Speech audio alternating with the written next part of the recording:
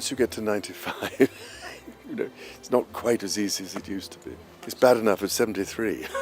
Royal Lodge is no ordinary royal residence. Located in Windsor Great Park, just 3 miles from Windsor Castle, it's a 30-room mansion surrounded by sprawling greenery, private gardens, and a rich history tied to the crown. For decades, it served as a quiet, prestigious retreat separate from the bustling activity of London, but still central to royal life. Its most significant chapter came when Queen Elizabeth, the Queen Mother, made it her home in 1952. She lived there for half a century, right up until her death in 2002. The Queen Mother wasn't just any royal. She was widely respected and held in high regard by the British public. Her long stay at Royal Lodge gave the property deep emotional value, especially to Prince Andrew, who was very close to her. In 2003, just a year after her passing, Prince Andrew officially took over the residence. But he didn't just move in. He secured a 75-year lease from the Crown Estate. That lease wasn't symbolic, it came with clear terms.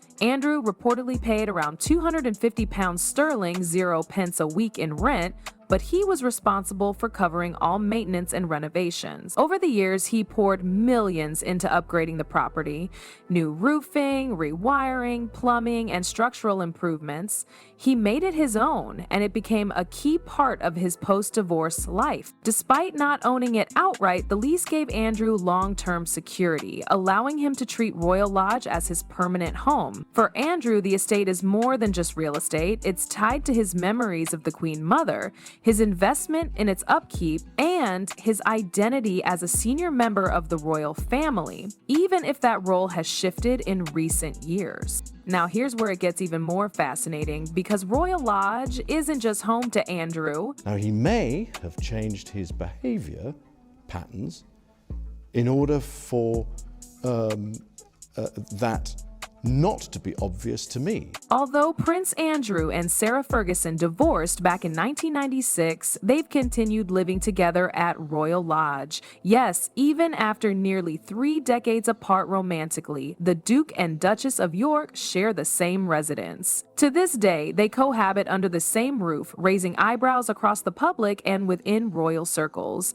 This setup is pretty unconventional by royal standards. Most divorced couples go their separate ways and maintain different households. But Andrew and Sarah have always described their relationship as unusually close. They co-parented their daughters, Princess Beatrice and Princess Eugenie, and over time developed what many describe as a deep friendship and bond. Sarah has publicly referred to their relationship as a partnership, even if it's not romantic. She often praises Andrew for being a good father and loyal companion. Meanwhile, Andrew has maintained a level of comfort with Sarah that few royal exes enjoy.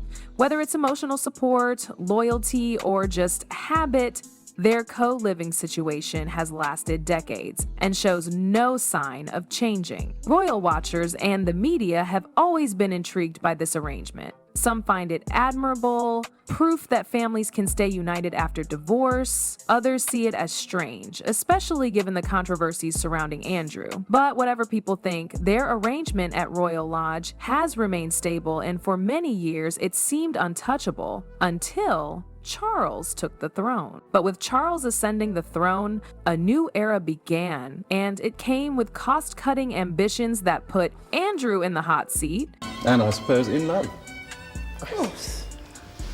Whatever in love means.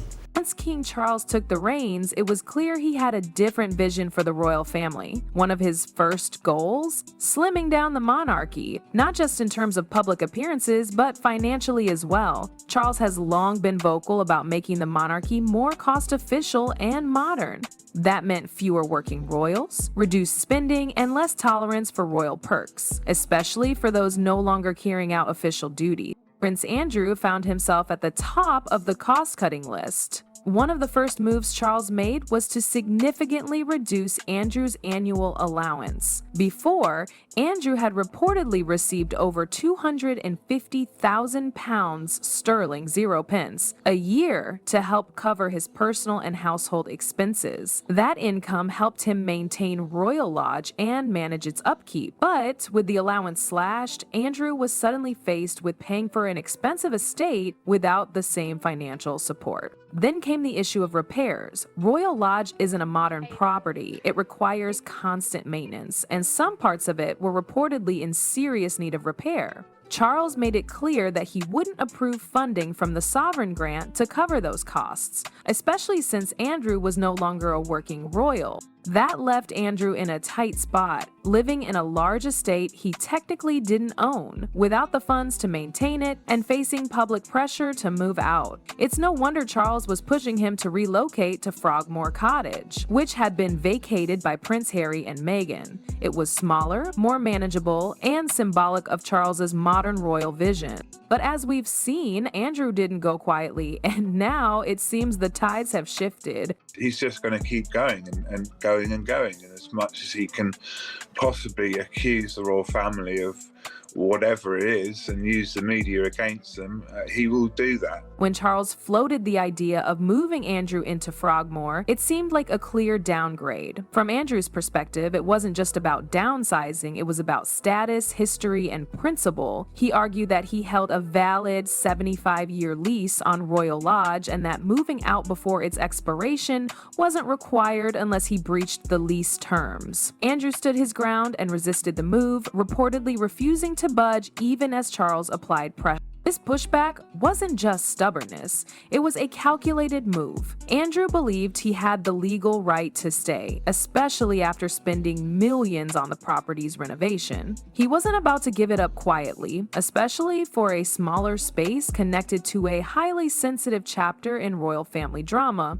As speculation swirled over who would inherit Royal Lodge next, eyes turned to the future king and queen. But William and Kate had other ideas. After all, they're the future of the monarchy, and Royal Lodge would seem like a fitting upgrade for the next king and queen. But surprisingly, they declined. The reason? Practicality. William and Kate had only recently moved into Adelaide Cottage, a smaller, more private home also located on the Windsor estate. Their move was a clear statement. They wanted a simpler life for their family. Adelaide Cottage offered seclusion, safety, and less formality, things they valued more than grandeur. Plus, Royal Lodge wasn't exactly a turnkey home for them. It required a full-time staff to maintain, which didn't align with their goals of keeping a lean household. The space, the upkeep, and the scale of Royal Lodge simply didn't fit with how the Waleses envisioned their day-to-day life. So instead of stepping in to replace Andrew, they opted out entirely, leaving Charles with a new dilemma. If not William, then who? Then came the real shocker. After months of quiet pressure, reduced funding, and behind-the-scenes talks, King Charles gave up the fight. Despite wanting Andrew to vacate Royal Lodge and scale down, he has now allowed him and Sarah Ferguson to stay put.